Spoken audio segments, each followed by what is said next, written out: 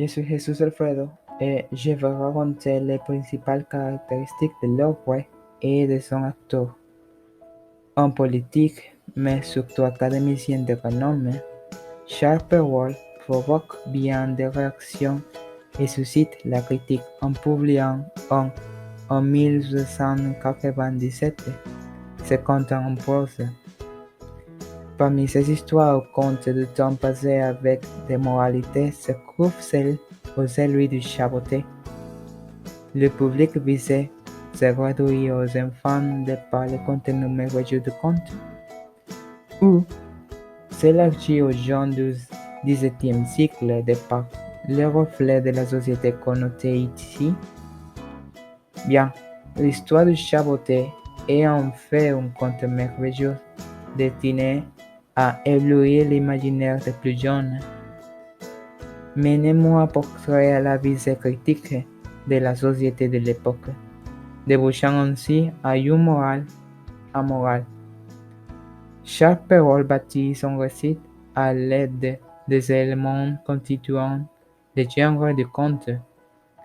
Il les construit ainsi sur les bases du schéma narratif.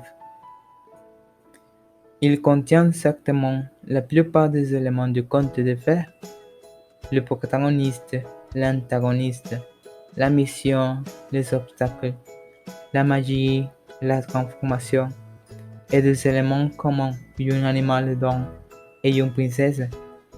Mais il manque quelque chose que nous attendons dans tous les contes de fées pour enfants: une morale. Bonjour, je m'appelle Jenny. J'ai parlé de résumé de compter le chat, de voter les maîtres de chat des parents. Il était fois, à son décès, un vieux meneur laissé à ses trois filles l'intégralité de ses biens. L'aîné l'a hérité du moulin, les cadets de l'Inde et les benjamins du chat sans un sou empoché et ne sachant que faire un tel cadeau.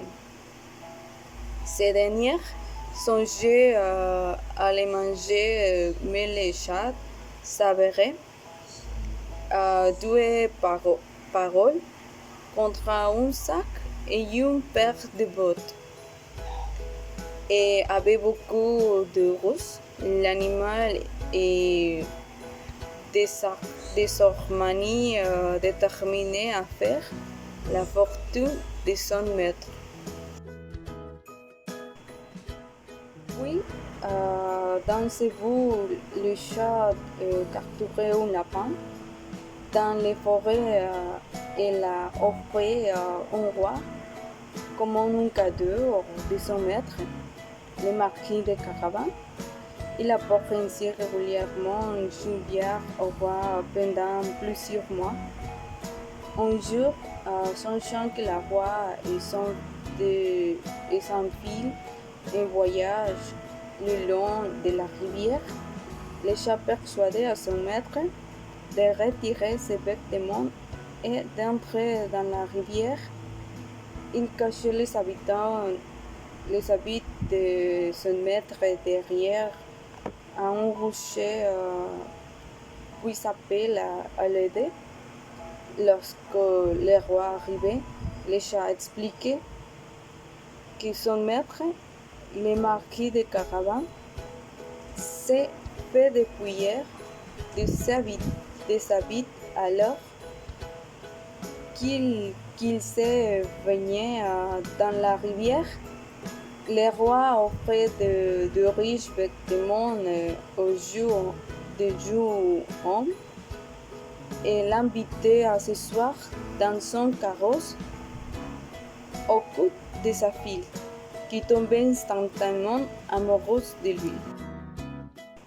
Finalement de l'histoire, de le résumé, et le chat court en précédant les carrosses et ordonnait aux gens qu'ils rencontraient tout au long de la route de dire au roi que cette terre appartient au marquis de Carabin.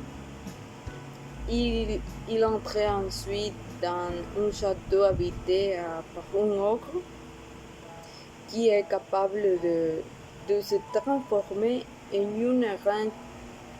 un grand nombre de créatures. L'ogre les reçoit aussi civilement qu'il peut se transformer en lion pour prouver ses capacités effrayantes et ainsi le chatbot. Ce dernier lui demandait alors que s'il est capable de changer en souris. Lorsque l'ogre s'exécutait le chatbot, de lui sauter dessus et le dévore. Le roi, arrivé à un château qui appartenait à l'ogre, et impressionnant pour les biens du marquis de Carabas, offrait les mains de sa fille au petit menhir, où après le chat devient grand monsieur et ne court plus après les souris que pour se divertir.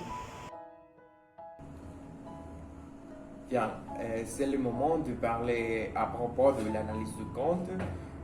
On peut dire que le chatbot est un conte merveilleux car c'est un temps passé longtemps et imprécis. Il n'y a aucune précision et on ne sait pas où se trouvent les récits illustres et morales que l'on développera plus tard.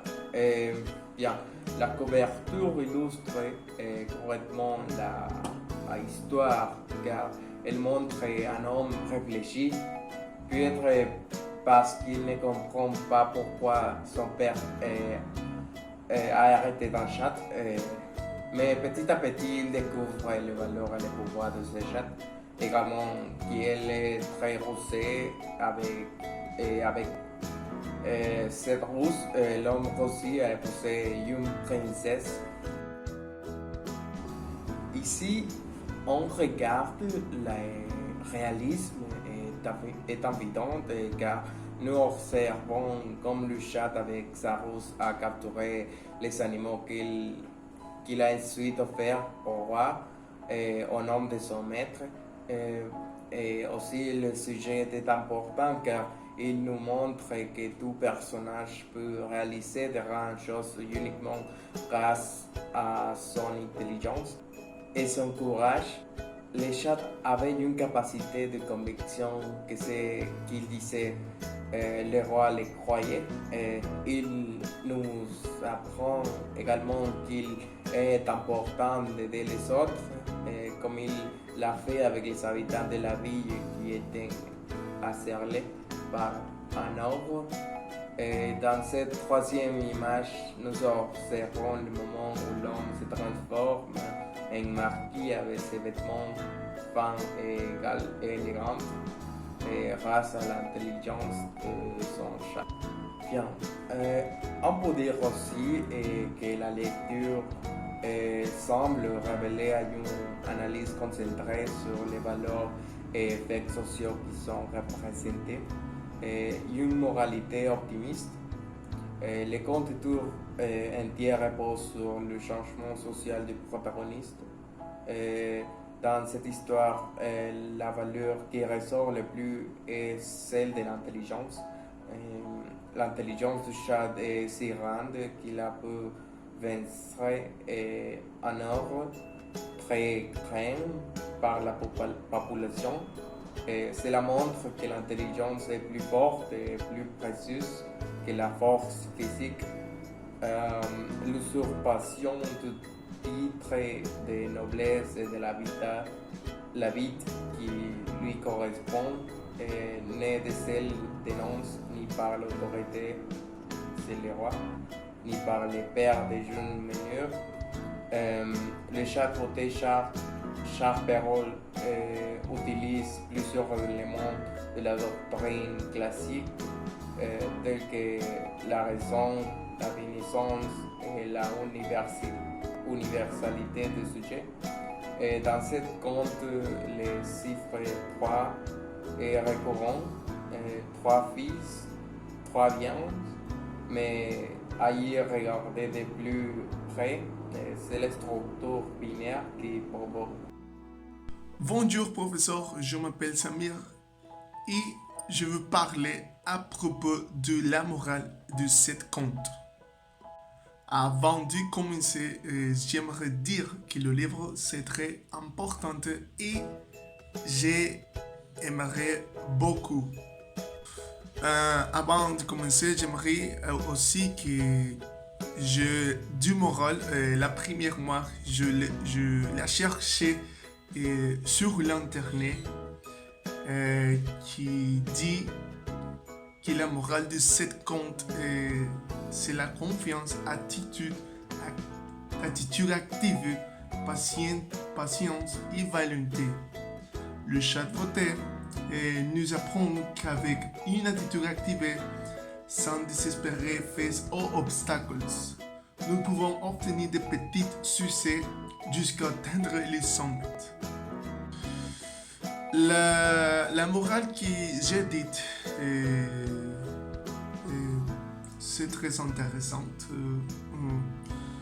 Le chat, nous pouvons lire que le chat, c'est très intelligent. Et le chat a une attitude active. Et comme on dit en espagnol, es muy activo, está muy despierto. Et c'est très curieux. Alors, ma morale personnelle, c'est qu'il de cette histoire, est qu'il ne faut jamais sous-estimer ce qui nous est donné, aussi humble que cela puisse paraître. Car Tom le plus jeune fils de manière était déçu par le chat dont il avait hérité. Il n'avait jamais imaginé que ce chat, par son esprit, son intelligence et son habileté, le transformait dans humble personne en marquis et plus tard prince Marie à une belle princesse. Nous dit aussi que nous devons être reconnaissants. Le chat était reconnaissant envers son maître et ensuite le maître envers le chat parce qu'il lui permet de vivre dans le palais avec lui en partageant ses richesses. Évidemment, grâce à ce chat, la personne s'est transformée en une personne importante, tel point qu'il se marie avec une princesse. C'est très intéressant cette morale.